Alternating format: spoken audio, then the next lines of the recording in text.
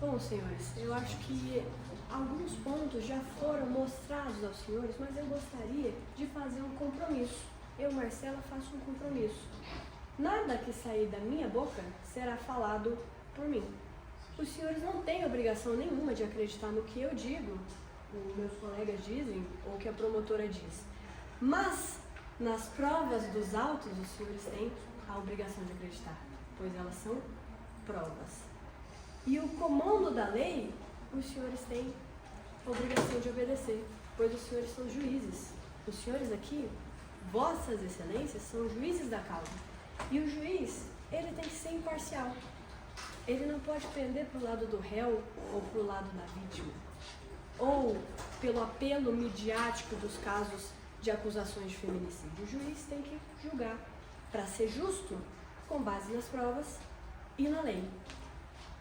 E já que estamos falando de prova, aqui foi produzida a prova testemunhal, mas existe prova testemunhal também na audiência de instrução e julgamento. É muito difícil para nós, da defesa, acredito que para o Ministério Público também seja, pegar um processo que delonga vários anos de produção probatória, e sintetizar isso em míseras 1h30. Mas 1h30 é muito tempo. Tempo suficiente para que a gente consiga passar a mensagem a vossas excelências. Eu peço por gentileza que coloque o depoimento da vítima, Miriam, aos 5 minutos e 20 segundos. Minha mãe no portão com a faca nas costas dela. 5 minutos. E mandou ela abrir. 20 segundos. Minha mãe abriu o portão e ele entrou. Desculpa, não entendi. A sua irmã estava no parque quando ele confiava? Sim, a minha irmã Nayane. Ela gritou, fez alguma coisa? Ela fez alguma coisa? Sim, ela gritava, eu gritava, foi tudo muito rápido. Quando a senhora caiu, a senhora Foi muito? Quer que volte? Pode? caiu, já estava consciente ainda? Ou foi acordada depois que a senhora tentou ir atrás do menino? Como é que foi? Não, eu estava consciente. Excelente.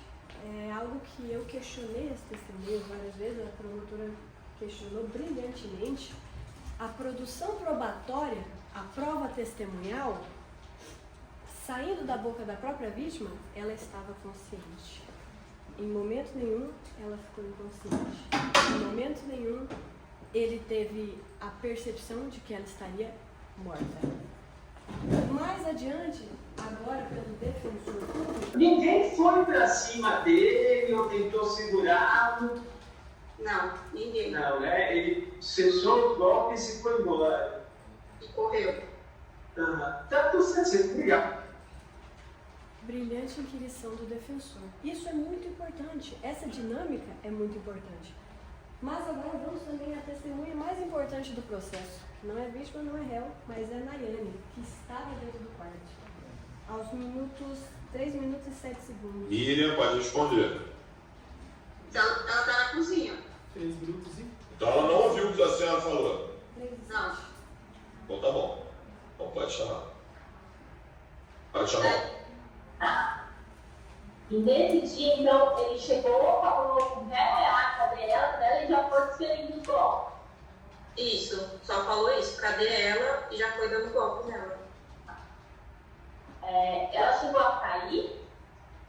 Chegou a cair no chão. Tá. A senhora fez alguma coisa para que ele parasse ou a senhora não fez nada? Não lembro. Eu não fiz nada, foi bem rápido. Tá, bem rápido. Ele deu os golpes e saiu correndo. É isso. O tempo inteiro, tanto a promotora quanto o defensor público, eles questionam, eles buscam verificar se houve alguma coisa que impediria o réu de consumar o delito homicídio, o resultado morte. E agora, de forma bem pedagógica, eu explico a vossas excelências como ocorre o iter criminis, que na faculdade de Direito a gente aprende que é o caminho do crime. Ele começa com a cogitação, que não é crime. Acho que todos nós já cogitamos cometer um crime e nem por isso fomos presos. certo? Muitas vezes você tem vontade de esganar uma pessoa e ainda assim não faz. Depois disso vem a fase de preparação. Os atos preparatórios ainda assim eles não são puníveis. Você quer cometer um crime de homicídio e você compra uma faca. Percebe que o réu ele sim percorreu o intercrimes? E aí nós entramos na quarta fase, aliás, na terceira fase, a fase de execução. E da execução, ela nos leva à consumação, o resultado, morte. Entre a execução e a consumação, existe um muro, a vítima está viva. Esse muro, ele só pode ser duas coisas. A tentativa de homicídio ou a desistência voluntária. Em que pese os esforços da acusação de produzir ali uma circunstância alheia à vontade da gente, isso não surtiu efeito. Disse o crime tentado, está aqui no artigo 14, inciso 2 do Código Penal. O crime é tentado quando, iniciada a execução, não se consuma por circunstâncias alheias à vontade do agente. Ou seja, necessita-se de circunstância alheia à vontade do agente. Já, e isso quem estou dizendo não é eu, né? É a lei. A desistência voluntária é quando o agente que, artigo 15, logo depois do 14, voluntariamente desiste de prosseguir na execução ou impede que o resultado se produza, só responde pelos atos já praticados. E agora, eu gostaria de fazer uma pequena demonstração com o Dr. Rodrigo do que aconteceu naquele dia, exatamente o que aconteceu. Eu sou a vítima, ele é o réu e ele vem em minha direção. Pode vir. Eu caio, eu estou gritando, socorro, chama a ambulância. E ele vai embora. Eu consciente, com os meus olhos abertos, gritando, me mexendo. Ele percebe que eu estou viva e vai embora. Agora, senhores, eu vou chamar os meus dois colegas, o Rodrigo e o Dr. Tiago, para mostrar o que é uma tentativa de homicídio. Pode vir.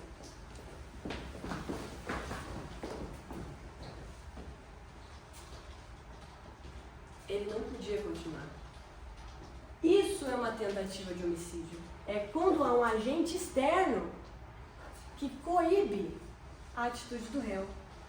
Pode ser uma coação física ou uma coação moral, mas ele é impedido.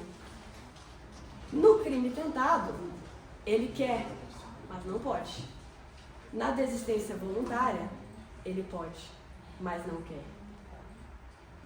Vossas Excelências podem estar me perguntando, mas a doutora Marcela está dizendo para mim que este homem saiu, comprou uma faca e ele não tinha intenção de matar? Claro que não. Ele tinha a intenção de matar. Tinha. E no momento do ato, ele se arrependeu. No momento do ato, ele desistiu voluntariamente e saiu correndo antes de ter o resultado morte. Outro artigo que é muito importante é o artigo 29 do Código Penal.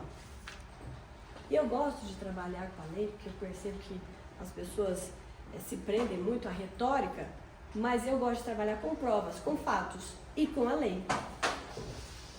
O artigo 29 diz que quem de qualquer modo concorre para crime incide nas penas a ele combinadas, na medida de sua culpabilidade. Isso significa que um crime tentado, que só foi impedido por circunstâncias alheias à vontade, ela não pode ter a mesma pena, né? A Giovana é estudante de Direito, eu acredito que tenha mais estudantes de Direito aqui, Michael, se não me engano. Ela não pode ter a mesma pena de uma pessoa que começa uma execução, mas antes de consumar o crime, o dolo se esvai. Eu não estou dizendo que ele teve a intenção de lesionar, ele teve a intenção de matar. Mas essa intenção se esvaiu no momento em que ele começou o ato. E houve aqui uma desistência voluntária. Eu lembro do meu primeiro tribunal do júri. O caso era semelhante. Meu cliente havia dado 2 tiros na cabeça do genro dele que batia na filha dele. 2 tiros na cabeça. E ele viu que o genro ainda estava vivo e saiu. E o genro, com 2 balas alojadas na cabeça, se levantou e junto com a filha dele foram ao hospital. Esse é mais um caso de desistência voluntária. Houve a intenção, houve o dolo, mas o dolo foi cessado. E não por circunstâncias alheias à vontade. Porque aqui a acusação é sempre assim, nessas denúncias, quando não existe agente externo, quando não existe nenhuma circunstância alheia à vontade do agente que deixa a vítima viva, é sempre a mesma coisa. O crime apenas não se consumou porque Miriam foi socorrida por familiares e encaminhada ao hospital, onde recebeu pronto e eficaz socorro médico e sobreviveu, ou seja, por circunstâncias alheias à vontade do acusado. Senhores, deixa eu falar uma coisa para os senhores. Não falando do caso especificamente, mas nem todo mundo que dá facada quer matar. Porque se todo mundo que desse facada quisesse matar, não haveria crime de lesão corporal. E se eu dou uma facada no Gustavo, por exemplo, o Gustavo vai pro médico e vai receber socorro médico. E não vai deixar de ser lesão corporal.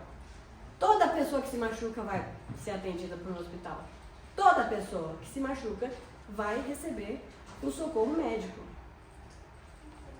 E o socorro médico, salvo engano, aqui a denúncia narra que o crime foi por volta das 20 horas. E o socorro médico, a admissão no hospital,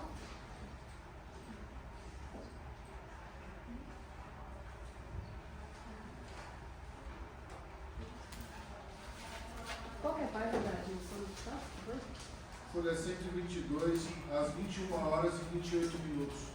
21 horas e 28 minutos. 1h30 depois. É muito comum isso no processo penal, dizer que o socorro médico salvou a vítima, só que a vítima ficou sem socorro médico por horas. Que socorro médico eficiente é esse? Não, senhores. O médico, ele vai estar presente em crime de homicídio, em crime de lesão corporal. 21 horas e 28 minutos. Provas, senhores. Eu gosto de trabalhar com provas. Provas e lei.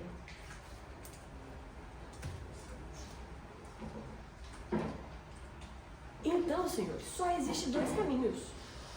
Quando a execução é iniciada com o dolo de matar e ela não se consuma, existem 2 caminhos. O artigo 14, tentado, crime tentado, tentativa, quando não se consumou por circunstâncias alheias à vontade, seja uma pessoa impedindo, alguém tirando a faca da mão, alguma coação moral irresistível, para senão eu vou te matar também, isso é circunstância alheia à vontade. Ainda é muito comum que as pessoas, a acusação diga que quando é arma de fogo é porque acabou a arma, por isso não se consumiu. Bom, faca não acaba a bala, né? Então faca tem pra sempre. Ainda tinha uma faca na mão, a mulher estava no chão, seria muito fácil golpeá-la fatalmente quando ela já estava debilitada, e mesmo assim ele corre, ele vai embora. E eu não estou dizendo que ele é um coitadinho, não. Eu acho essa atitude extremamente reprovável. Mas a lei nos ensina como lidar com esse tipo de situação. E ela ensina no artigo 15. E também não estou dizendo que eu quero impunidade, que eu quero que ele seja absolvido, de forma nenhuma. Ele causou e ele irá responder por 4 lesões corporais. E não vai ser na pena mínima não, de 1 ano. Foi na frente dos filhos, foi contra a mulher. Existem N circunstâncias desabonadoras que podem ser utilizadas para elevar a pena dele. Mas eu acho que ele não merece uma pena de homicídio tentado com 3 qualificadoras. Porque a lei diferencia homicidas de homicidas. Porque colocar uma pena de um cidadão que nunca foi preso em sua vida, um cidadão idoso, como os senhores podem ver, que só está vestido com essa roupinha bonitinha, porque nós o vestimos assim, porque senão ele ia vir aqui com roupa de preso, que perdeu quilos no presídio, que está praticamente irreconhecível, por um único fato na sua vida, sendo que aqui sentam criminosos, bandidos, serial killers, que muitas vezes não tem uma pena de homicídio com 3 qualificadoras. Não é justo, isso não é justiça. Uma pessoa que perdeu a cabeça em um momento não pode ser tratada como um monstro que ele não é. Por mais que a sua atitude tenha sido reprovável. E digo mais, senhores, eu atuo com uma certa frequência no Tribunal do Júri. E esse é o tipo de pessoa que, se sair daqui, nunca mais vai cometer um crime. Ao contrário dos criminosos faccionados, que estão aqui do lado, nos outros plenários sendo julgados, que carregam uma ficha de antecedentes enorme, que premeditam, planejam, matam por bel prazer, e não porque perderam a cabeça um instante. Um homem que passou a sua vida inteira sem cometer um deslize. E quando cometeu, só não se tornou um assassino porque caiu em si. Como ele mesmo falou aos prantos. E a verdade humana, quando ela quer ser dita, ela não encontra quem a detém. Mesmo que me neguem a boca, eu falo pelas mãos, ou pelos olhos, ou pelos poros, ou por qualquer outro meio que for. E hoje os senhores viram a verdade escorrendo dos olhos do seu Francisco. De uma pessoa que errou e que se atormenta dioturnamente por conta desse erro. Que perdeu o contato com os filhos, que acho que eu nem preciso dizer, é o que ele mais amava. Mais amava os 3 filhos. E eu acredito que ele tem que ser punido. Acredito que ele já foi muito punido pelas próprias atitudes da própria situação que ele mesmo se colocou. Mas que seja punido como manda o artigo 29, na medida de sua culpabilidade. E não como criminosos faccionados de facções criminosas que atormentam a nossa vida.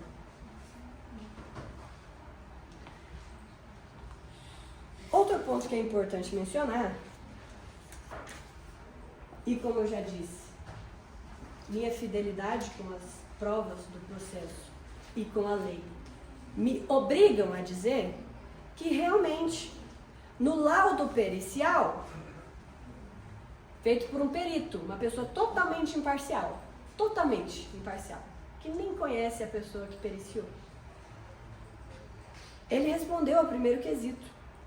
A ofensa à integridade corporal ou à saúde da examinada, da vítima? Sim. Natureza do agente, pérfuro cortante, arma. Resultará perigo de vida? Sim, perigo de vida ocasionado pelas lesões internas. E aí temos no laudo complementar. Guardem essa informação do perigo de vida é importante.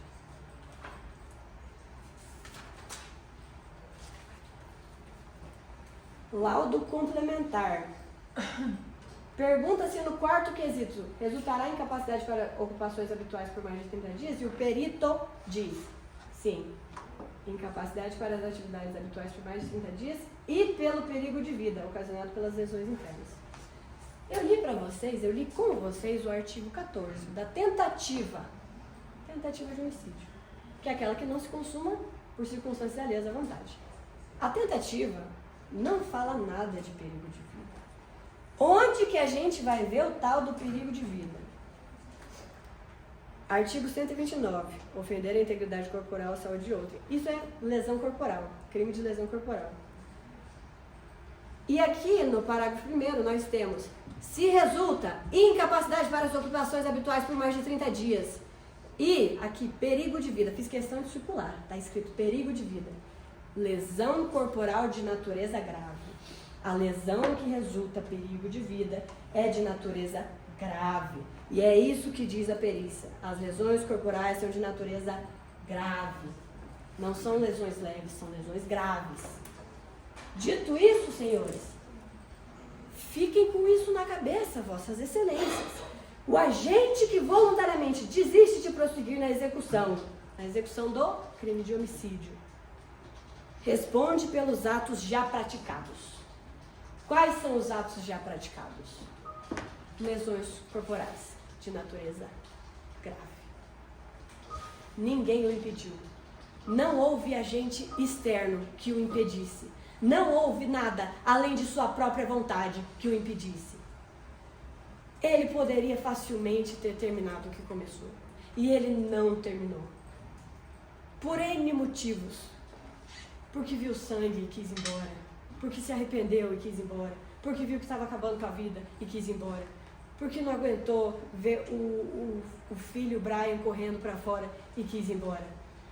Qualquer coisa pode ter levado ele a desistir. Mas uma coisa é certa. Não foram circunstâncias alheias à sua vontade. Ninguém entrou na frente. Ninguém o impediu, ninguém o segurou. E eu falo isso com base nas provas do processo. Lembrando, eu entrei nesse processo há pouquíssimo tempo, eu não estava nessa audiência. Foi o defensor público e a promotora de justiça que produziram essas provas. Provas que vieram da boca de quem mais interessava a condenação, que é a vítima e a família da vítima, que eram as pessoas que viram aquilo ali. Este homem idoso está preso há 2 anos, arrependido do que fez.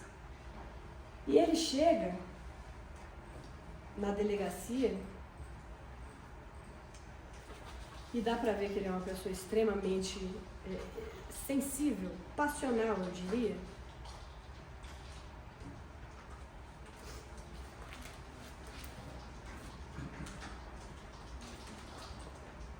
E ele narra que ela não estava mais o querendo, falava para ele que ele era velho, que precisava ter a vida dela e não queria mais nada com ele, que foi se enfurecendo, pois quando a conheceu sabia que ele era mais velho e ele cuidou dela e do filho, que na época tinha apenas 6 meses de vida, cuidando como se fosse seu.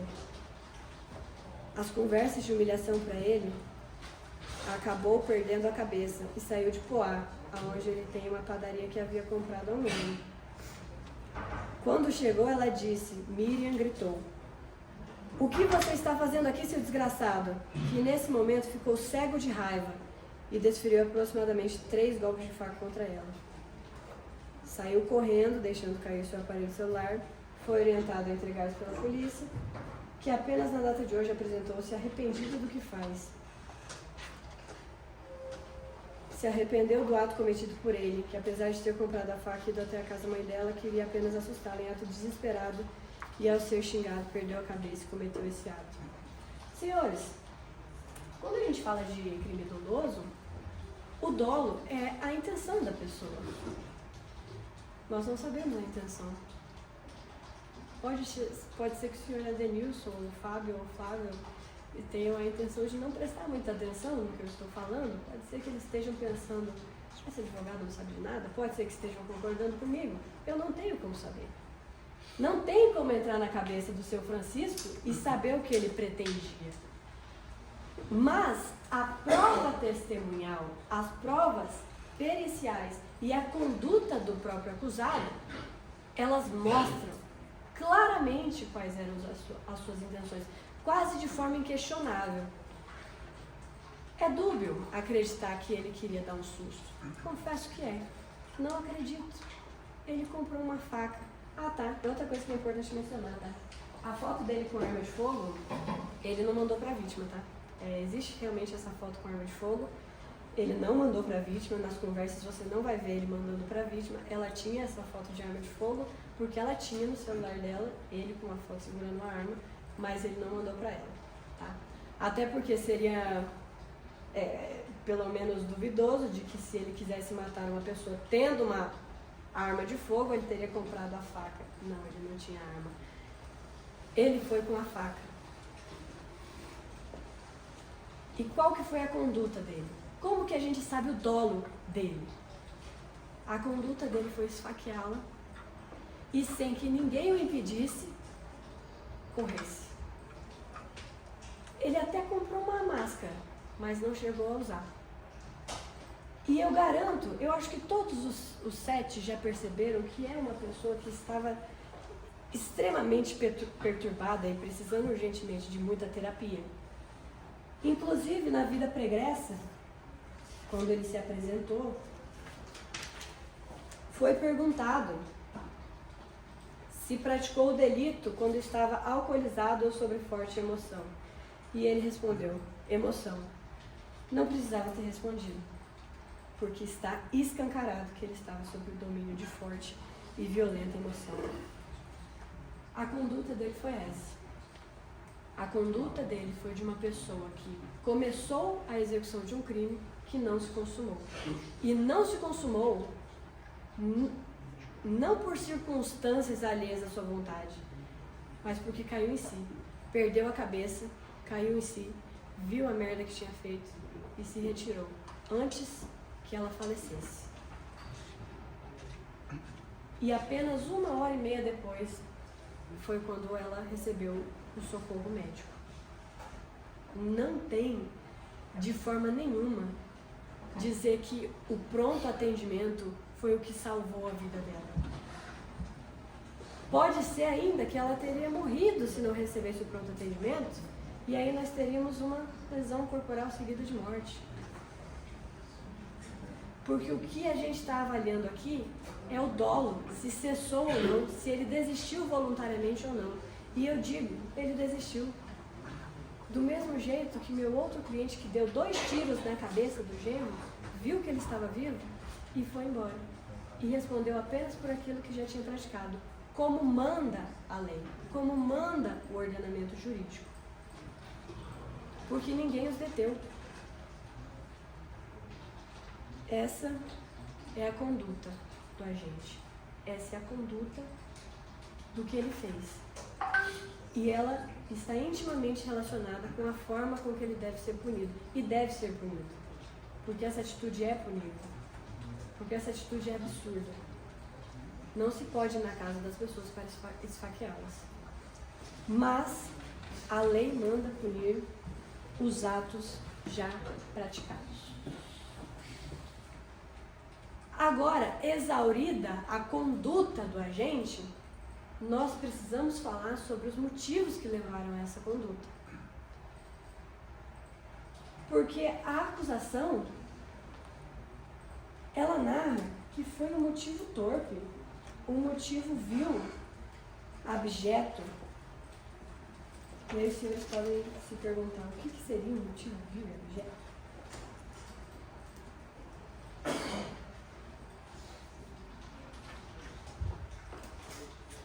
O motivo torpe, ele vai estar no artigo 121 e seus parágrafos. Parágrafo 2º. Se o homicídio é cometido mediante paga ou promessa de recompensa, ou por outro motivo torpe. O que é paga ou promessa de recompensa? Você cometeu um crime por dinheiro. Vil, abjeto, é nojento, é asqueroso. Quem foi condenada por homicídio qualificado por motivo torpe? Suzane von Richthofen. Matou para ficar com a herança dos pais. Matou os pais para ficar com a herança. Isso é motivo torpe. Como eu já disse e reitero, a lei diferencia homicidas de homicidas. Um homem que perdeu sua cabeça em um fatídico dia cometeu um crime por violenta emoção, ele não cometeu por motivo torpe. Ele cometeu porque ele perdeu a cabeça. E nós temos a figura do homicídio privilegiado, que de privilégio não tem nada. É o homicídio emocional, aquele que não foi premeditado, aquele que ocorreu por uma injusta provocação da vítima, que levou a pessoa a perder a cabeça e agiu sob violenta emoção. Senhores, aqui está líquido e certo, claro como água, que o homem estava tomado por violenta emoção. Não há o que se discutir. Isso vai estar no parágrafo 1º. Se o agente comete um crime impelido por motivo de relevante valor social ou moral, ou sob domínio de violenta emoção, logo em seguida a injusta provocação da vítima, o juiz pode reduzir a pena de 1/6 a 1/3. 1/6 a 1/3. Ele está lá no homicídio qualificado, a pena é de 12 anos, reduz de 1/6. vai para 10. E se a pena for de 6 anos, reduz, vai para 5. E novamente, como eu fiz um compromisso com Vossas Excelências, eu me volto às provas. Na vida pregressa, ele estava sob forte emoção, é o que diz.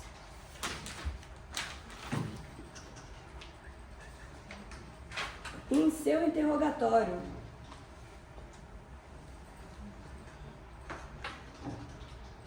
ao vê-lo, Miriam gritou: "O que você está fazendo aqui, seu desgraçado?" Que neste momento ficou cego de raiva, e a raiva é uma violenta emoção, e desferiu aproximadamente 3 golpes de faca contra ela. O número de golpes é bem controverso, até no relatório final aqui da polícia. A gente tem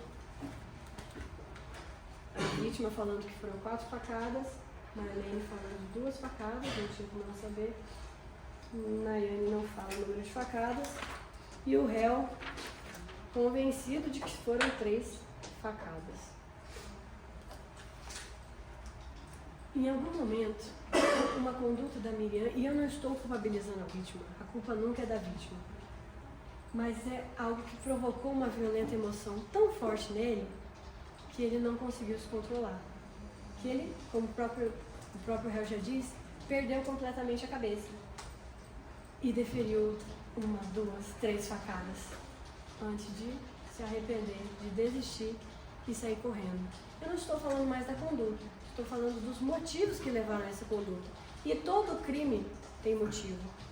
Às vezes é um crime premeditado, é vingança, é para ficar com a herança dos pais, é por dinheiro. E aí estaríamos falando de motivo torpe. Existiria torpeza. Mas aqui nós temos uma pessoa que agiu no calor do momento, na emoção, e que provavelmente nunca mais vai fazer isso. Não é como se ele fosse reincidente em crimes dolosos contra a vida. Nós sabemos muito bem quais que sentam aqui no banco dos réus e que irão fazer de novo. E não é o caso. Além disso, senhores, no privilégio também tem um motivo de relevante valor social ou moral. E a moral é algo muito subjetivo. Eu marquei aqui no processo alguns pontos que eu achei tanto provocativos quanto moralmente que abalaram a moral do seu Francisco. Ele fala: "Não coloque o Brian nessa história, sua louca. O menino é inocente, pirou, foi? Ele tem pai. Doente mental você. Continua postando que eu tô guardando tudo." Eu acredito em muitas coisas do depoimento da Miriam, mas eu não acredito que ela tinha medo dele. Ela mandava foto de viatura. Ou foto de viatura não, emoji de viatura. A polícia vai te pegar. Essa é uma atitude meio provocativa do meu ponto de vista. E aí ela disse: "Você não é pai, né? Ele tem pai. O pai biológico que abandonou ele é o pai, não é você." E isso mexeu muito com ele. Outra coisa: "Vai encher o saco de outro, filho. Nem vou te dar atenção pra doido. Você não passa de um homem carente que não consegue arrumar outra mulher." Eu acredito que isso abala a moral de um homem. Vossas Excelências podem não acreditar, mas eu acredito. "Você não tem ninguém por você, mas eu tenho. Você é totalmente contraditório, uma hora me ameaça e outra hora diz que não ameaçou." Aqui ela fala o contexto da ameaça.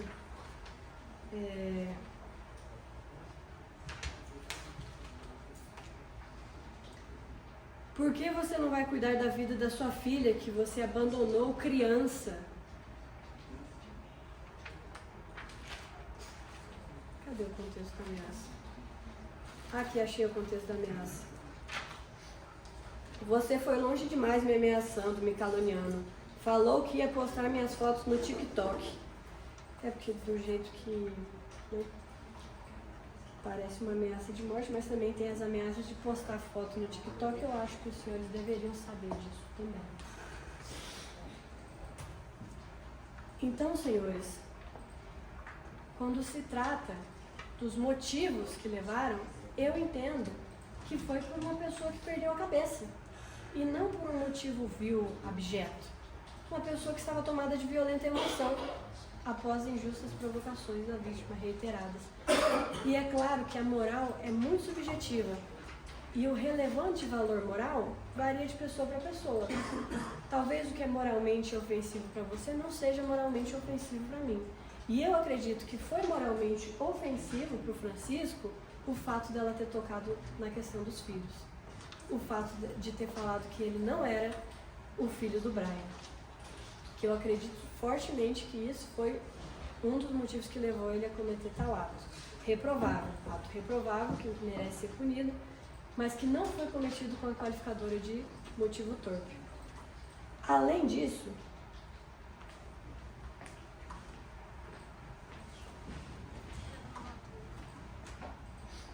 eu fico feliz que tenham estudiosos do direito entre nós. Eu não sei se vocês já tiveram aula de direito penal, mas o primeiro artigo do Código Penal, ele trata do princípio da legalidade, da anterioridade. Esse crime foi cometido antes da vigência da nova lei do feminicídio, que passou a vigorar apenas esse ano. E ela trouxe uma incompatibilidade entre o motivo torpe e o feminicídio. Ou seja, o feminicídio e a torpeza são motivos. Você não vê um crime cometido por motivo fútil ou motivo torpe, é um ou é outro. Aqui, o autor desse livro é o Leonardo Schmidt de Bem, pós-doutor em Direito Penal pela Universidade Castilla de la Mancha, na Espanha, doutor em Direito Penal pela Universidade degli Studi de Milano, Itália, doutor em Direitos Fundamentais e Liberdade Pública pela Universidade de Castilla-La Mancha, na Espanha, mestre em Ciências Jurídicas e Criminais pela Universidade de Coimbra, Portugal. E ele diz que todas as circunstâncias que ficaram de fora do âmbito do feminicídio são motivos ou fins determinantes, ou seja, de natureza subjetiva. O que é subjetiva? Motivo torpe, motivo fútil. Razões do sexo feminino, porque o feminicídio é isso. Feminicídio cometido por razões do sexo feminino. De natureza subjetiva, salvo a questão etária, que gera majoração específica. A idade gera uma majoração específica. Houve deliberada omissão, pois existiria ofensa ao ne bis in idem, que é o princípio que veda dupla punição pelo mesmo fato. Ou seja, se você conhece o motivo torpe e o feminicídio, você está punindo a pessoa duas vezes pela mesma coisa. Ora, a incompatibilidade na dupla valoração das circunstâncias subjetivas. Ilustrando, para muitos, o feminicídio já é considerado intrinsecamente um crime praticado por motivação torpe, considerando as razões da condição do sexo feminino. Motivo. De modo que não podem ter a pena aumentada pela motivação torpe. Por outro lado, em se tratando de motivação fútil, não há torpeza, ou se há torpeza, não existe futilidade. Evidencia-se assim a natureza subjetiva das razões do sexo feminino. Motivo torpe, motivo fútil, razões do sexo feminino são subjetivos e, portanto, são incompatíveis. Eu sei que isso é muito técnico, é uma questão de direito mesmo, que é até difícil explicar para vossas excelências. Mas o meu trabalho como aqui defensora, aqui advogado, é explicar tudo isso. Na época que foi feita essa denúncia, ainda não tinha essa nova lei. E essa nova lei, para beneficiar o réu nesse sentido, já que isso foi corrigido na lei anterior, ela deve retroagir. Hoje em dia não existe mais feminicídio com motivo torpe. Não existe. Para reconhecer uma é preciso naturalmente afastar a outra.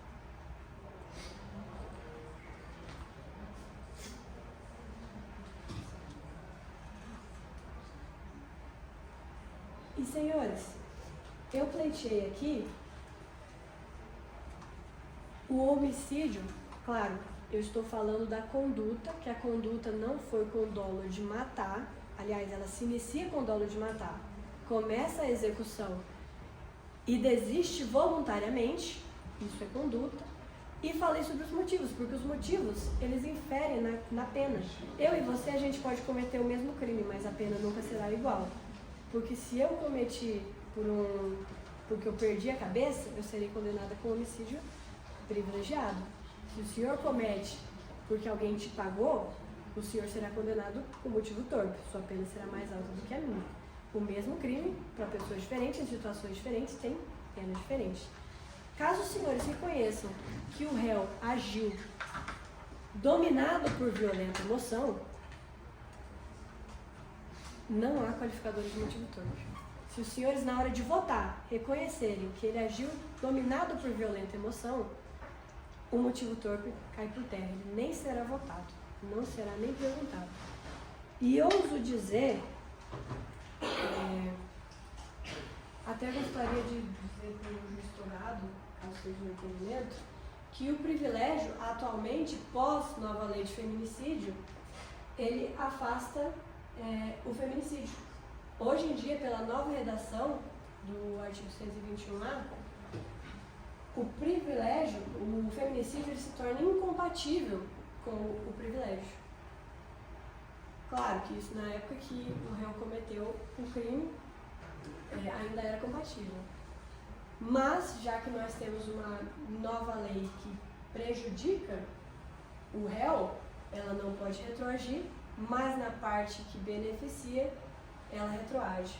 Portanto, não existe privilégio com razões do sexo feminino, porque não foi cometido por razões do sexo feminino, e sim por razões de violenta emoção após injusta provocação, bem como não existiria motivação torpe. E ainda assim, nós teríamos a qualificadora de recurso que dificultou a defesa da vítima, que a doutora Lorena vai explicar com maestria para os senhores, porque também não é cabível.